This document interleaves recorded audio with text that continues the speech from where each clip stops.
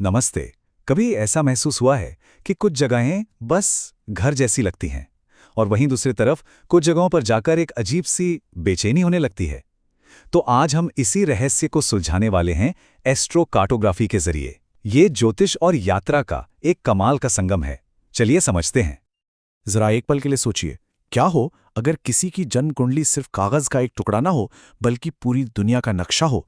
हर देश, हर शहर हमारी कहानी का एक हिस्सा। यही तो है एस्ट्रोकार्टोग्राफी का जादुई कॉन्सेप्ट। देखिए, एस्ट्रोकार्टोग्राफी एक बहुत ही अनोखी ज्योतिष की तकनीक है। ये क्या करती है कि जन्म के समय ग्रहों की जो एकदम सटीक पोजीशन होती है ना, उससे लेकर पूरी दुनिया के नक्शे पर फैला देती है। और इससे हमें उन जगहों का पता चलता है जहां जीवन की सबसे जरूरी घटनाएं घट सकती हैं। तो चलिए अब इस दिलचस्प नक्शे की गहराइयों में उतरते हैं। लेकिन इससे पहले एक बहुत बड़ी गलतफहमी को दूर करना जरूरी है, जो अक्सर लोगों को हो जाती है। तो ज्यादातर लोग जब ये मैप पहली बार देखते हैं ना, तो उन्हें लगता है कि ये बस कुछ रंग बिरंगी लाइंस का एक जाल है। लेकिन असल में ये सिर्फ लकीरें नहीं हैं। ये लकीरें असल में जन्म कुंडली के 4 सबसे शक्तिशाली पिलर्स, जिन्हें एंगल्स कहते हैं, उनको दिखाती हैं। और ये एंगल्स हमारे जीवन के 4 मुख्य हिस्सों को दर्शाते हैं। ये 4 एंगल्स हैं एसी यानी असेंडेंट, जो हमारे व्यक्तित्व को दिखाता है। एमसी यानी मिड हेवन, हमारे करियर के लिए। डीसी यानी डिसेंडेंट, हमारे रिश्तों के लिए। और आईसी यानी इमाम कोयली, जो हमारे घर और हमारी जड़ों से जुड़ा है। ये समझिए कि हमारे जीवन की नींव है।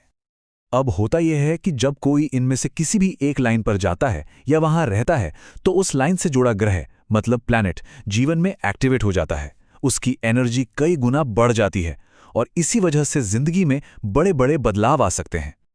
आइए अब इन चारों दिशाओं को, मतलब इन एंगल्स को, थोड़ा और गहराई से समझते हैं, क्योंकि हर एक एंगल हमारे जीवन के एक अलग पहलू पर रोशनी डालता है।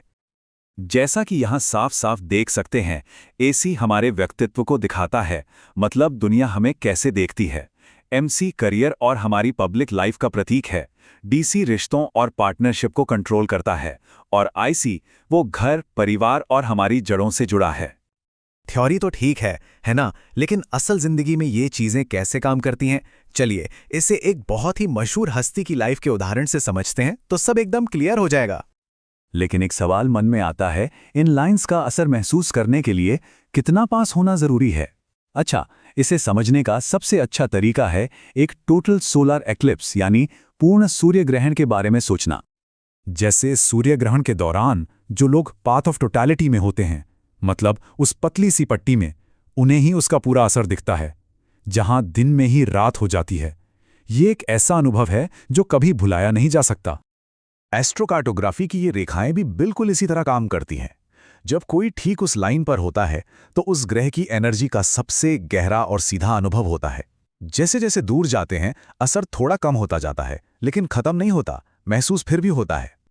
इस सिद्धांत को और भी बेहतर तरीके से समझने के लिए आइए महान संगीतकार डेविड बोवी के जीवन पर एक नज़र डालते हैं। उनका करियर और उनकी जिंदगी दुनिया के कई कोनों में फैली थी। तो देखिए, डेविड बोवी का जन्म हुआ था लंदन में, जो ठीक उनकी वीनस एमसी लाइन पर था। वीनस मतलब कला, संगीत, फैशन और एमसी मतलब करियर। जरा सोचिए, उनके उस शानदार कलात्मक करियर के लिए इससे बेहतर शुरुआत और क्या हो सकती थी भला? और कहानी यहीं खत्म नहीं होती। उनकी सैटर्न डीसी लाइन वो गुजरती थी पेरिस से। अब सैटर्न मतलब कमिटमेंट, पक्का वादा, और डीसी यानी रिलेशनशिप। और कमाल की बात यह है कि उन्होंने अपनी वाइफ को शादी के लिए प्रपोज भी पेरिस में ही किया था। अब इसे सिर्फ एक इत्तेफाक कहेंगे क्या?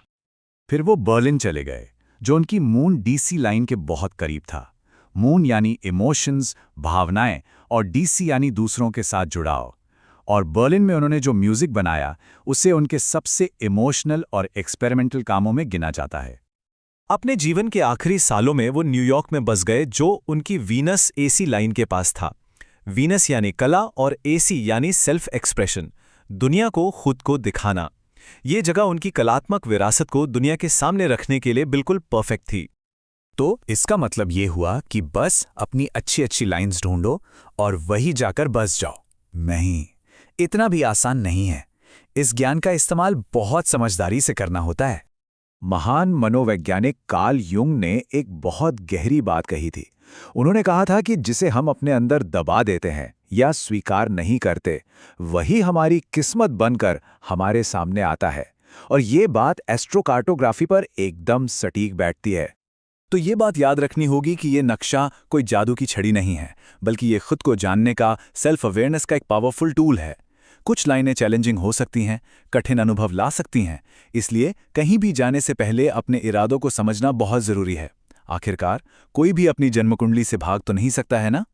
तो ये सब हमें एक बड़े सवाल पर लाकर छोड़ देता है। अगर हर किसी के जीवन का एक ऐसा ही नक्शा है जो अनगिनत संभावनाओं से भरा है, तो वो नक्शा अगला कदम कहाँ रखने का इशारा कर रहा है? इस पर सोचेगा जरूर।